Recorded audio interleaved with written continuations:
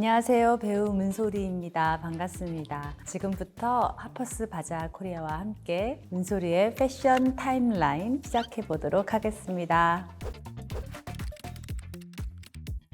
오아시스라는 영화가 유럽의 여러 나라에 개봉을 좀 크게 했어요. 제가 홍보를 하러 갔었고요. 저 때만 해도 저는 매니저도 없었고 스타일리스트 뭐 이런 사람도 없었어요. 프랑스 현지 메이크업 아티스트를 구한 적이 있어요. 한번 받아봤는데 정말 스타일이 안 맞더라고요. 깜짝 놀라가지고 죄송합니다 이렇게 하고, 그때는 뭐 저렇게 그냥 풋풋하게 나와도 괜찮은데 좀 이쁘게 보이려고 노력을 했으나 저 때도 막 어색해갖고 어떡하지? 사람들이 날 사진 찍고 있어 지금 이러고 있는 걸 열심히 꾸미고 갔는데 피아노 건반 같다는 얘기도 누가 했었고, 저 때는 좀 짧은 거 입어보면 안 되나? 뭐 이렇게 롱을 입고 걷는 것조차 너무 무서운 거예요. 넘어질 것 같고 그랬던 기억이 나요. 원래 베니스 영화제 가면 뭐 그 드레스업 제대로 하잖아요. 레드카펫 밟아야 되니까. 근데 제가 카세로라는 사람을 알아요. 얼마나 수수하게 하고 올지 아니까 저 혼자 굉장히 많이 꾸미기가 어려웠어요. 계속 레드카펫에도 같이 설 거고 인터뷰도 같이 하게 될 거고 사진 같이 찍힐 건데 매칭이 너무 안 될까 봐 어떻게 입어야 되나 굉장히 고민 많이 해서 결정했던 기억이 나요. 카세로랑 다닐 때는 옷을 다 수수하게 입었을걸요? 네, 저 때도 저렇게 티셔츠에 바지 입고 올 줄 알았어요. 그래서 개봉 때도 조금 얌전하게 조금 수수하게 입어야겠다. 가장 밝게 웃으신 컷이더라고요, 이 컷이. 친해요, 카세랑. 이번에도 자기 깐느 간다고, 너 깐느 가냐? 나 깐느 안 가. 이번에 잘 갔다 와 그랬는데 아직까지도 가끔 연락을 주고받는 동갑내기 친구예요. 네, 저 때도 어려웠어요. 홍진경 씨는 모델인데다가 이효리 씨는 워낙 또 스타일 훌륭하니까 고민 많이 했던 기억이 나요. 이것도 스타일리스트가 되게 추천해줬던 것 같아요. 청바지 입고 다니고 수수하게 입고 다니는 편이어가지고 패션에 자신 있다 이런 편이 아니어서 스타일리스트 말을 좀 잘 귀담아 듣고 그랬었죠. 전날 많이 금주? 뭐 저녁을 좀 가볍게 먹는다? 뭐 그 정도인 것 같아요. 평소에 그냥 건강하게 관리하는 게 제일 좋은 것 같고.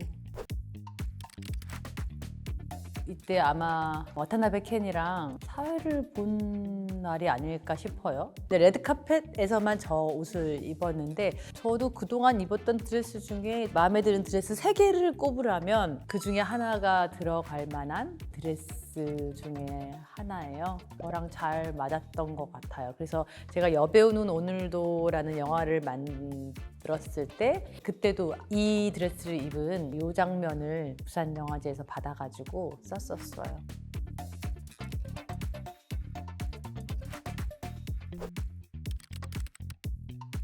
빈티지 드레스를 빌려온 건데 붉은 트랙이랑 가장 잘 어울리고 색깔도 들고 뛰기도 제일 좋았고, 근데 저 때 너무너무 더운 날이었어요. 그 운동장이 늘 예약이 많아요. 그날 폭염이어가지고 다 예약했던 사람들이 취소를 한 거예요. 지글지글 끓고 있는 운동장이었고 거기를 저 드레스를 입고 정말 땀 뻘뻘 흘리고. 단국대예요.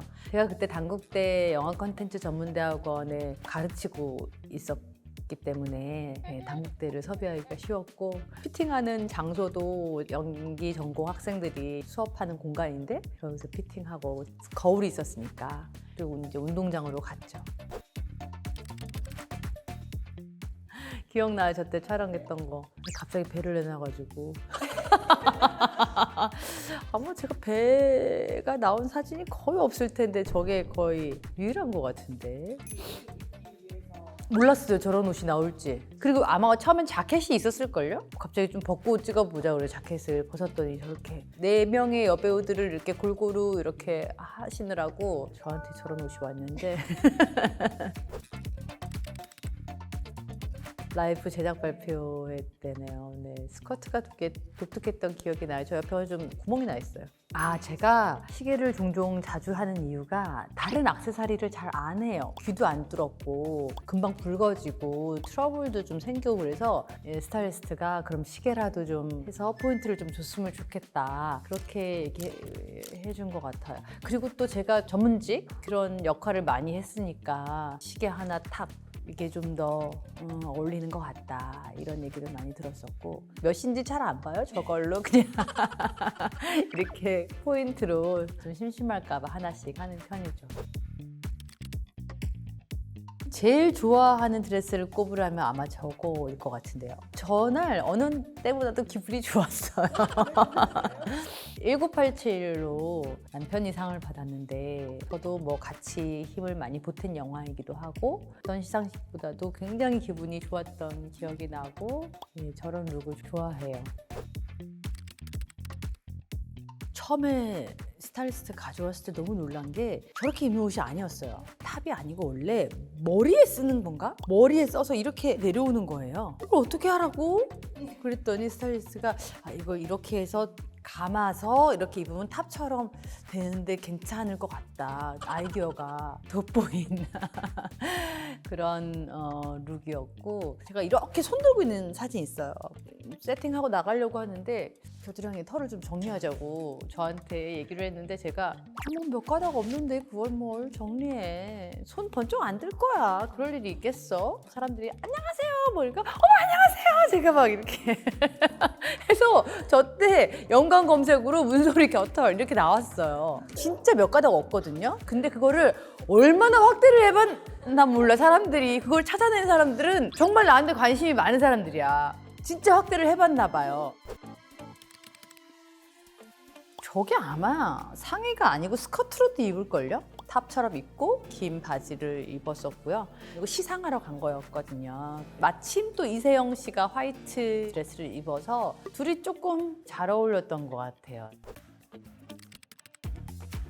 그게 서울시장이 되는 얘기잖아요. 그냥 정장 수트 입으면 좀 진부할 것 같고 너무 여성스럽게 입자니 희애 선배님 그렇게 하고 올 것 같고 그래서 뭘 입어야 되나 고민하면서 볼드한 블라우스와 스커트를 입었죠.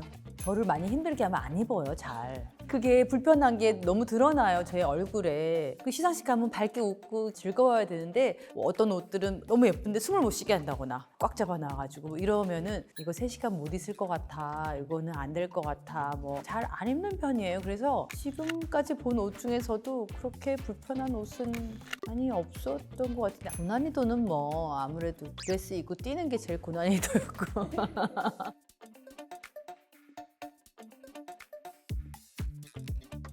네, 재밌게 보셨나요? 저도 오랜만에 패션을 통해서 추억을 해보니 옛날에 내가 저랬었구나 여러 가지 생각이 드는 시간이었습니다. 곧 공개될 저의 화보와 바자 유튜브 많이 기대해 주시고요. 다음에 또 뵙겠습니다. 안녕. 감사합니다.